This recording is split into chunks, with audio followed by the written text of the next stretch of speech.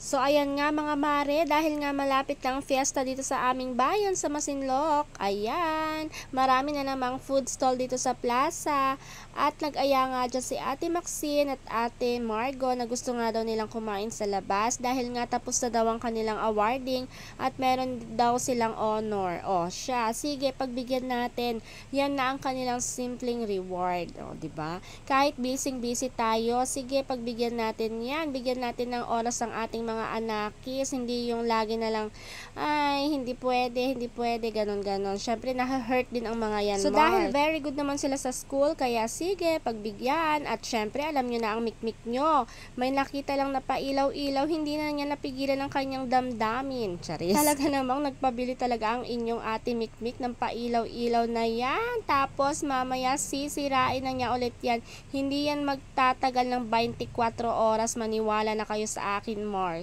At ayan nga si Ate Margo, talaga namang nag-enjoy sa kanyang pagkain dahil talaga namang inaantay-antay niya talaga yung dilaw na kanin or Java rice na yan. Talagang yan, talaga ang bet na bet niya. O, diba? Ang inyong mikmik, ang saya-saya na kahit hindi yan kumain.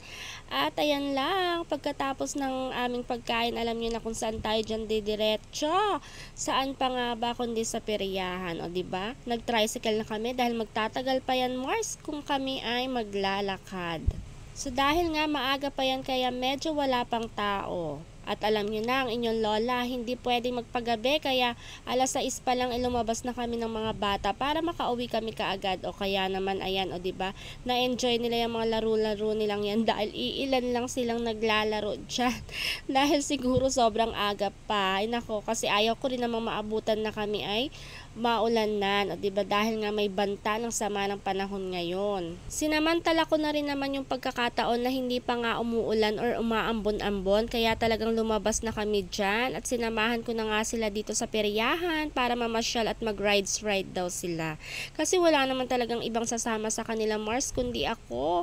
At ang tutoy ninyo talaga idinaiwan sa kanyang lola. At ayan na nga, abangan nga natin mga Mars kung sino ang iiyak sa tatlong ito. Ikaw? Hindi nakakatakot. Nakita kita. Nakita.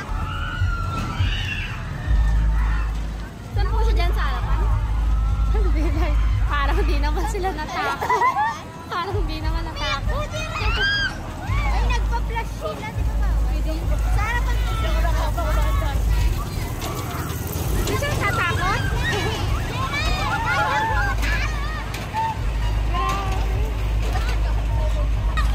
Hindi na ako nga kung may iiyak na dito.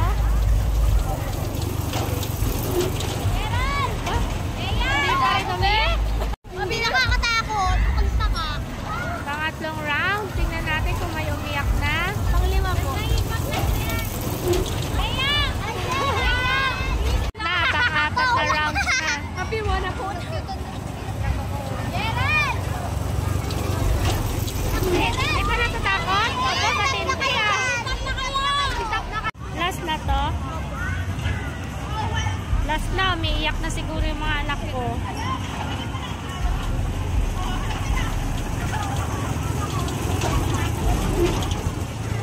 Ano? Umiyak na? Hindi pa rin kayo umiyak?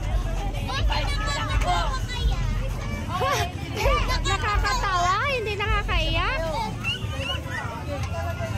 Matindi rin naman tong mga anakis ko. Hindi talaga natakot sa horror trend na yan. Sa halip, natuwa pa talaga sila at natatawa daw. Hindi naman nakakatakot, mami. Nakakatawa. Sabi ba naman sa akin ni Margo eh. At ayan na nga sa favorite games na nga tayo ni Maxine dyan. Ako, ang aking pambato sa AFP. Chares. Ay nako, diba ang galing bumaril ng inyong ate. Daig na daig ang kanyang tatay at ang kanyang mga tito, diba? At ayan lang talaga ang nakuha niya, kaya nagagalit si Mikmik dahil gusto yung malaking manika. At ayan lang ang aking mini vlog. Salamat sa panonood.